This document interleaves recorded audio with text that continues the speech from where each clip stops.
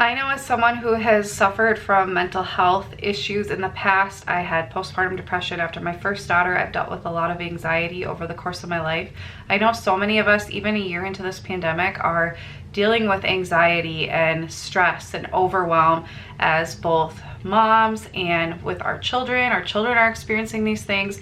And so I really wanted to give back in my own way by interviewing somebody who could definitely give us some tips, shed some light on this perspective, give some advice, and help us to not feel so alone. So for this week's podcast, I interviewed Dr. Regine Muradian, who is a clinical psychologist from California who really specializes with anxiety. She actually wrote 2 different children's books last year in 2020 during the pandemic. One is called Frankie and the Worry Bees, and one is called Frankie and His Homeschool Adventures. And both of these books were created as a need for literature to help kids through the pandemic and all of the changes. So I will have those linked below. I'm so excited to get my hands on them. And she also has another book in the works. But during our interview, I interviewed her and asked her about her advice for those suffering with anxiety, or what to look for in their kids, when to ask for help, what things they can do to just really help take care of themselves during this time. And I think this can be a really helpful episode for you guys.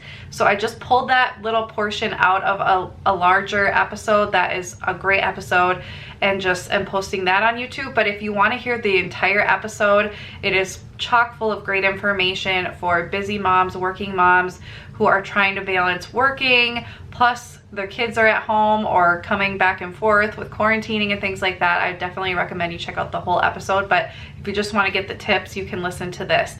So if somebody came to you who is a mom and she's saying, I'm so stressed out, I have to work and my kids are home and they're stressed out, what practical tips would you give to someone in that situation to kind of get through and feel better, not just to survive, but to, thrive in that situation? Yes.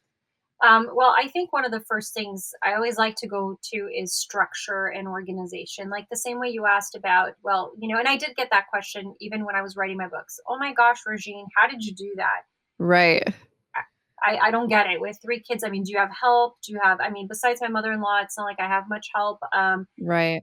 But I think it's all about letting go. That's the first thing, is depending on your personality type, is letting go. I mean, if you have the dishes in the sink, there's so many hours in the day. So really Right. prioritizing what's important. And, as a parent, stepping back and understand, okay, what are the things that you are stressed about? What are some Right. priorities that are important in your life right now? And creating kind of like a schedule for the parents. So, Okay. right. I mean, like yourself, if you have little kids or older, Right. I think the narrative, changes a little bit. But I really believe in that structure, because kids do need structure. So Right. for us, we have, like, even though my daughter's, like, my oldest one, almost 16, we still have Yeah. bedtime. And the bedtime is really about them learning. I wanted them to get their normal amount of sleep. Right. Also, downtime for myself, and Yeah. time so that you're not going to bed at 2, 3 in the morning to get things done. Uh, Right. and what does that self-care mean for parents? I think that's really important, is them to, as a parent, just to step back and think, okay, what's one good thing I can do for myself today, and really be able to stick to that. Yeah, no, that's great. And that's actually something when we started quarantining last spring and I was pregnant and had a really rough pregnancy, and then COVID, I finally was feeling okay and then I couldn't go anywhere. And then my two older daughters are just, they love to fight. They're like oil and water, whatever the saying is. And my older daughter had been used to going to preschool, and that was a great break for her. And I had been doing daycare in our home, so there were always kids, and all of a sudden there weren't, and it was really hard. And so that was the first thing I did, was make a schedule. I printed it out, and I had little pictures so they could, know what it says. And that was how we got through the day, because it was so hard to be like, okay, go play for the next 6 hours. That doesn't work very well with most people. I could find stuff to do because I'm a mom, of course, but for little kids, like, that's so hard. And I think that was super helpful for me too. Just, especially when they're in school, they're used to having, you know, even elementary school, they have a plan for their day. High school, they're going to different classes. So I think it's super helpful. I think that's a great Yeah. tip for moms in general when they're home all the time. Yes. And then if for parents, with kids who are struggling, what tips would you give to them to kind of help their kids cope with all of this, even a year later if they're still or even having new signs of struggles as things kind of come back, but then they're sent home again and stuff like that. What would you advise for them? Well, I like, first of all, I love the approach you had in terms of we have to be able to normalize it to some degree, because I think kids really pick up on our anxiety. They pick up Right. what we feel. So, if suddenly you're noticing that your child's presenting with health anxiety type symptoms like, oh my gosh, don't touch this, don't touch that, they really Right. watch what we do. So I think we have to be, as parents, just mindful of, first of all, our behaviors and how we express things, because they're going to pick up on a lot of our nervousness Right. or anxiety. Now, if your child's struggling with just anxious like symptoms, so for example, they're biting their nails, or they've developed like maybe a tick, or they're having trouble sleeping, or rumination like thoughts and negative thoughts, or even perfectionism, like these are all signs of anxiety.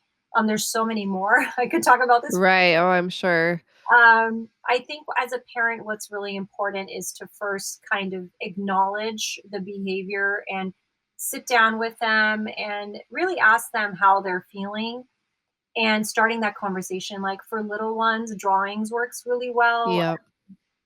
And for tweens and teens, it's just, keep on, keep that conversation going. Don't give it up. Even if they'll say, well, I don't know, I'm not sure. Right.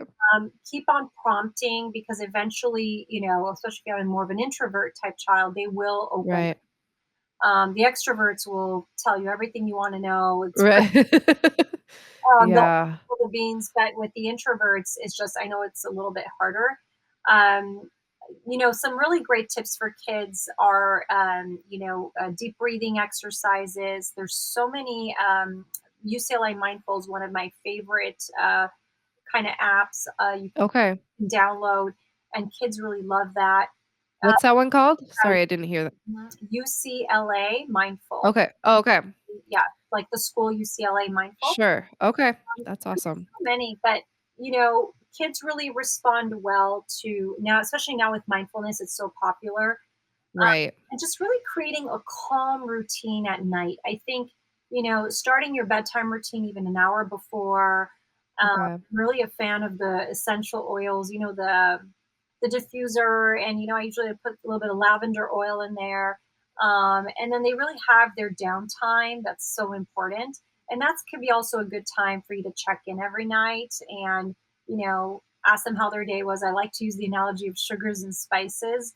Uh, Okay. like the sugars are all the good things, and the spices Okay. are things that made you upset or frustrated you that day. Because it really helps engage them in emotion and sharing about emotion, Right. I right? love that. I love that, especially for kids to kind of have more, not a visual, but like a taste to connect it to. That's really cool. I like that. And so let's say a mom is at a point where she's like, I want to leave. Like I can't do this anymore. Or what kind of thoughts would you say would prompt you to advise somebody to, okay, it's time to probably not call 911, but like call somebody for some actual therapy? Like at what point, obviously therapy is always good, but especially right now when maybe money's tight for people, at what point do you think people are at a point where they might need some outside help? Mhm. Well, I think it's important for people just in general, right? Moms, dads, caregivers, grandparents, to really step back and, listen to their body, listen to their emotion. I think one of the things I hear a lot is difficulty asking for help, right? And Yeah. it's when you don't ask for help. Asking for help is not a weakness, it's a strength. Right. It shows your ability to step back and say, you know what, there's so much I can do. Here's what I can, here's what I need help with.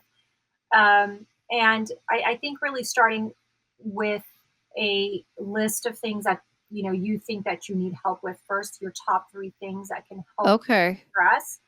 But when you're feeling that, again, you're out of breath or you have difficulty sleeping or kind of like that panicky feeling where your stomach is Sure. clenching. Again, I mean, some people, I mean, I've heard, will have suicidal thoughts or really negative, Right. um, to call and, seek support. There's so much support out there. I mean, one of the websites online is called psychologytoday.com. Okay. There's BetterHelp. There's Right. so many now that I've heard, especially as a result of since the pandemic, that have come out. And there's a lot of online even support, even the suicide hotlines, just to have someone Right. to talk to. That's you just taking that step forward, and that's not a weakness; it's a strength. Every time Right. someone calls me, the first thing I do is I praise them for actually taking that step. It is so hard to actually Right. pick up the phone and say, I need help, or I can't take care of my kids, or this is so overwhelming and frustrating. They're always fighting, they're arguing, or I have a spouse that doesn't help me, or whatever it is their story is, or maybe they have multiple people living in the home. There's everyone's from a different walk of life and different Right. experiences. So the struggle is real.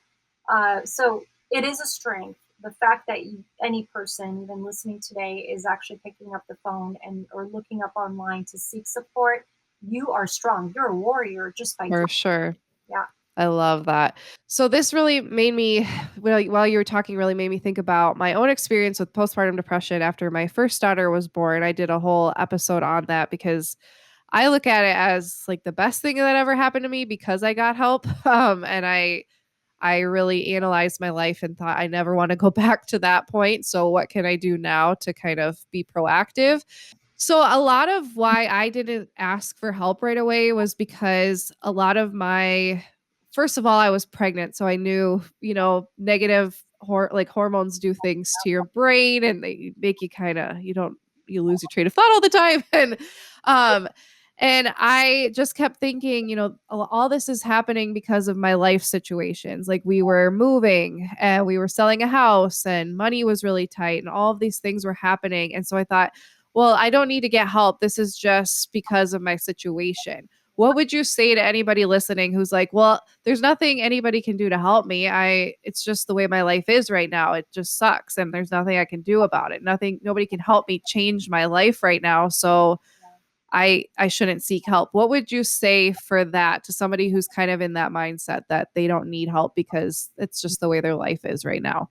Yeah, I think the first thing is kind of like when you're grieving. It reminds me of the the stages of grief, Yeah. which is the denial component, right? So if you're telling yourself, well, first of all, if even the thought of I may need help or I may need someone that I can talk Right. to just brainstorm this out, if that even comes to your mind, I would definitely listen to that voice, because the Okay. voice that's telling you, no, no one's going to help you. It's not like someone's going to give you money. It's not like someone's going to come into your house and fix all your problems. Right. That feels very secondary. And then right away, the other part of the brain, which is the negative thoughts. Like in my book, I have the bees kind of roaming, and the bees represent Okay. thoughts that creep in. Yeah.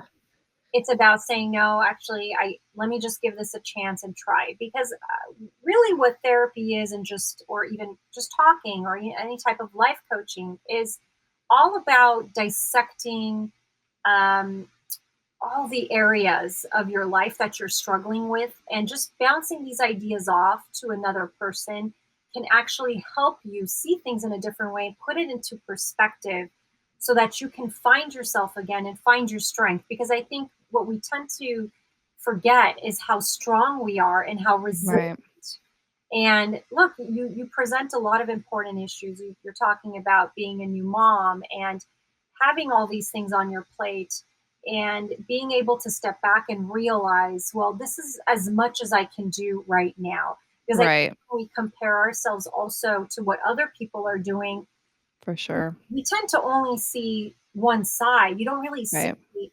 all the slices, right? You just see that one part of their life. So that could also be discouraging, because you think that you're the only one and you feel really lost. So Yeah. reminding yourself, I guess, would be the best bet, that you can do this, and let me just give it a try. And look, if I really hate it and it doesn't work and I don't feel like I'm getting anything out of it, then I'll reevaluate, but at least to give it a Right. chance. Yeah. Yeah. And I learned for myself, like I've been on just like a self-help, self-improvement, personal development kick for the last 6 years ever since that happened. And I've just learned how our thoughts really do matter. And when you keep telling yourself, well, it just sucks, it's just the way it is, well, then yes, it is just the way it's going to be. But you can work on your thoughts to not make them go that negative way all the time. And I think having somebody outside of yourself to even hear what you're saying to yourself, because so much of the time we just don't even think about what we're thinking, we just think it. And having somebody else to be like, actually, that's a really toxic way to think, what could you replace it with? I think that's just having that sounding board to kind of play off of is really, really helpful and has helped me a lot. Still have a long way to go, but we're getting there. I hope you guys enjoyed these tips. Let me know if you liked them, and also make sure you go check out Dr. Regine Muradian on social media and also her website, and go check out her books. They will be linked in the description. And like I said, if you want to hear the whole episode, you can go listen to my podcast on a podcast app or on my website. I will have it linked below. I hope you guys like this a little bit different format for the podcast, where I'm posting shorter segments on YouTube, but you can still always listen to the full thing in your favorite podcast app. Thank you guys so much for watching. I'll see you next time. Bye guys.